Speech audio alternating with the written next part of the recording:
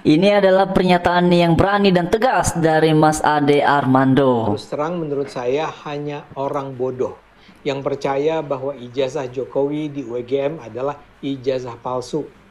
Sudah sangat jelas, Jokowi memang lulus dari Fakultas Kehutanan UGM tahun 85. Dan karena itu dia memang memiliki ijazah kelulusan dari sana. Fakta-faktanya kan teramat jelas, sehingga hanya kebodohan yang bisa menutupinya. Beragam kebohongan tentang dirinya sudah menyebar begitu lama. Tapi kali ini Jokowi memutuskan untuk melaporkan para pengedar kebohongan itu ke polisi. Pantaskah itu dilakukan? Saya rasa sangat pantas. Momen pelaporan itu dilakukannya hanya setelah dia berhenti jadi presiden. Saya percaya dia khawatir bahwa kalau pelaporan itu sudah dilakukannya saat dia masih jadi presiden, aparat penegak hukum akan terpengaruh oleh jabatannya saat itu. Benar. Kini setelah dia jadi warga sipil biasa, dia merasa layak untuk melakukan langkah hukum itu. Apa yang dilakukan Jokowi saat ini adalah sebuah langkah yang sangat masuk di akal. Mereka yang menuduhnya menggunakan ijazah palsu dengan sangat jelas berusaha menjatuhkan nama baiknya. Dia difitnah, dia dihina. Apa yang dilakukannya bukanlah sebuah langkah terlambat. Menurut saya ini adalah sebuah bukti kebesaran hati seorang warga yang menghormati hukum di negara ini. Dia melaporkan para penyebar kabar bohong itu karena pertama-tama untuk membersihkan namanya. Terlalu mudah selama ini mereka menuduh Jokowi tanpa bukti. Mereka merasa bahwa Jokowi tak mungkin melaporkan kejahatan mereka. Mereka terlalu percaya Jokowi tidak mungkin melawan. Karena itu Jokowi harus menyatakan pada masyarakat bahwa dia memang lulusan UGM. Sudah berulang kali selama ini berbagai pihak menyatakan Jokowi memang sarjana kehutanan UGM. Pihak fakultas sudah menyatakannya. Teman-temannya sudah bercerita bahwa dia memang ada bersama mereka di Fakultas Kehutanan UGM di tahun-tahun 1980-an. Betul. Tapi orang-orang itu terus bilang, Jokowi bukan lulusan UGM, ijazahnya palsu. Kebohongan itu terus diulang-ulang sehingga secara perlahan sebagian masyarakat mempercayainya. Nah, kawan-kawan, setelah kita dengarkan yang disampaikan oleh Mas Ade Armando, nanti kita lanjutkan ya. Tetapi perlu diingat bahwa salah satu orang yang ngeyel ya, ini saya sebut ngeyel ya, ngotot banget menyebut, menganggap bahwa ijazah palsu Jokowi yang beredar itu memang itu dikatakan oleh mereka-mereka, salah satu diantaranya adalah Roy Suryo, lalu juga ada Tifa, ada Rismon, dan siapa lagi yang satu itu kawan-kawan. Mereka ini ngotot, bahkan menariknya lagi kawan-kawan semua, itu kemarin ya atau 2 hari yang lalu kan ada perdebatan antara kuasa hukum Jokowi dengan Roy Suryo, dan salah satu pernyataan yang membuat Roy Suryo nampak kelagapan ya ataupun kelimpungan menghadapi pernyataan kuasa hukum dari Pak Jokowi adalah ketika ditanya mengenai itu Pak Roy Suryo ya melakukan analisa bahwa kemudian itu adalah palsu ataupun asli. Dari mana datanya? Katanya Roy Suryo dari postingan di media sosial.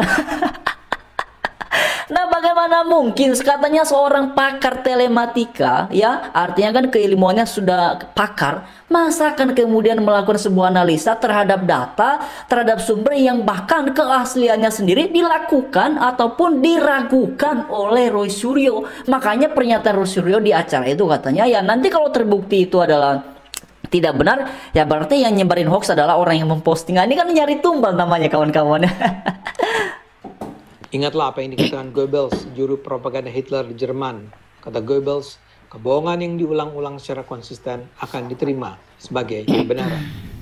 Karena itu saat ini kebenaran harus diungkapkan di pengadilan. Banyak yang bertanya, apa susahnya sih kalau Jokowi menunjukkan saja ijazah asli kelulusannya? Kenapa sih harus ditutup-tutupi? Jawabannya saya rasa ya karena Jokowi tidak merasa kalaupun dia mengungkapkannya di luar pengadilan, jawabannya itu akan berarti. Dia merasa apa yang dilakukannya tak akan membuat orang berhenti mempersoalkan sang ijazah. Di sisi lain, apa juga hak orang-orang itu meminta Jokowi menunjukkan ijazahnya? Biar bagaimanapun mereka adalah warga negara biasa yang hanya sedang mencari-cari masalah.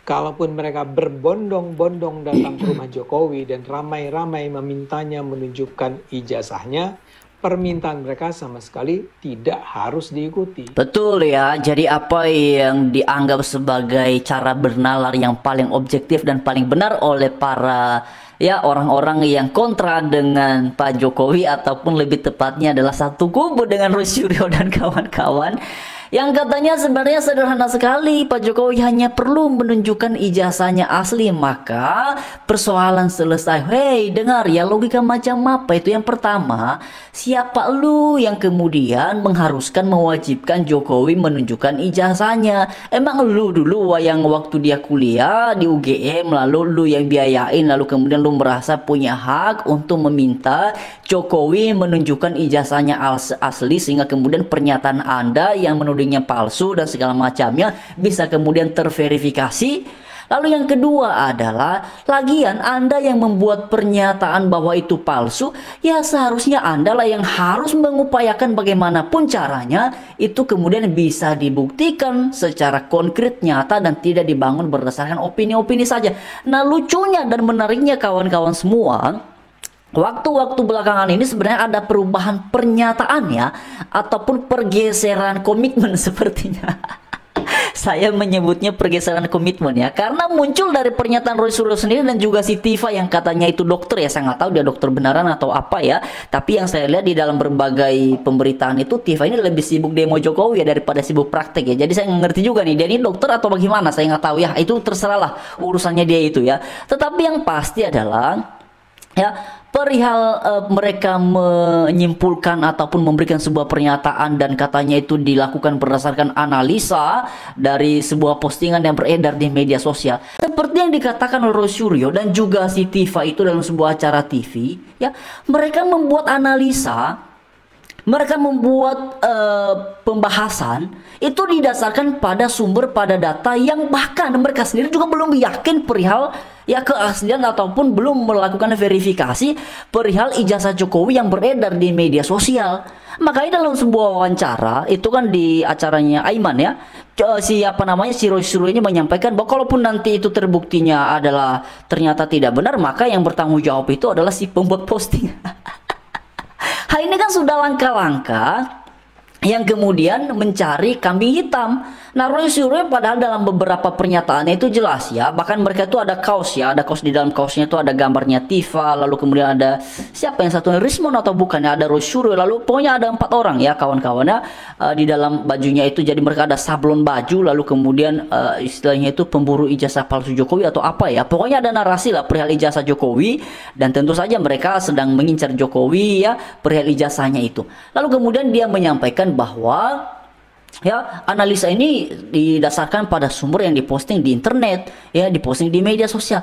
Nah, bagaimana bisa seorang yang katanya punya keilmuan di bidang kedokteran, yang satunya katanya punya keilmuan di bidang telematika, lalu mendasarkan analisanya pada sumber yang belum diverifikasi, pada sumber yang bahkan mereka sendiri nggak tahu itu benar nggak nih, ini benar nggak nih postingan? Ya, lalu kemudian mereka membuat kesimpulan. Nah, giliran Jokowi melakukan langkah hukum untuk melawan tudingan mereka ini, lalu mereka bilang, wah sebenarnya ini nggak ribet kalau dari dulu Jokowi tunjukkan ijazahnya. Ini kocak dan lucu kawan-kawan. Tetapi kita jangan lupa, Jokowi itu adalah seorang politikus ya.